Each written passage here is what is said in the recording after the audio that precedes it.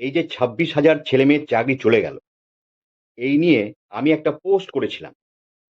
সেখানে লিখেছিলাম, আমার অযোগ্য শিক্ষক ভাইরা, শুধুমাত্র মানবিকতার খাতিরে তোমরা আত্মসমর্পণ করো, যাতে বাকি যোগ্য শিক্ষকেরা আবার চাকরি ফিরে পায়।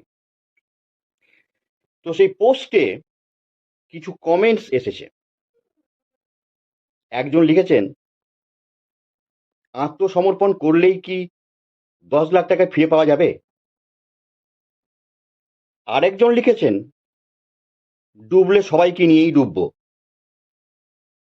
আরেকজন লিখেছেন, দয়া করে আমাদের কাছে মানবিকতা আশা করবেন না, কারণ আমরা পশ্চিমবঙ্গের বাসিন্দা। হতভাগা, আমি কি উগান্ডায় থাকি?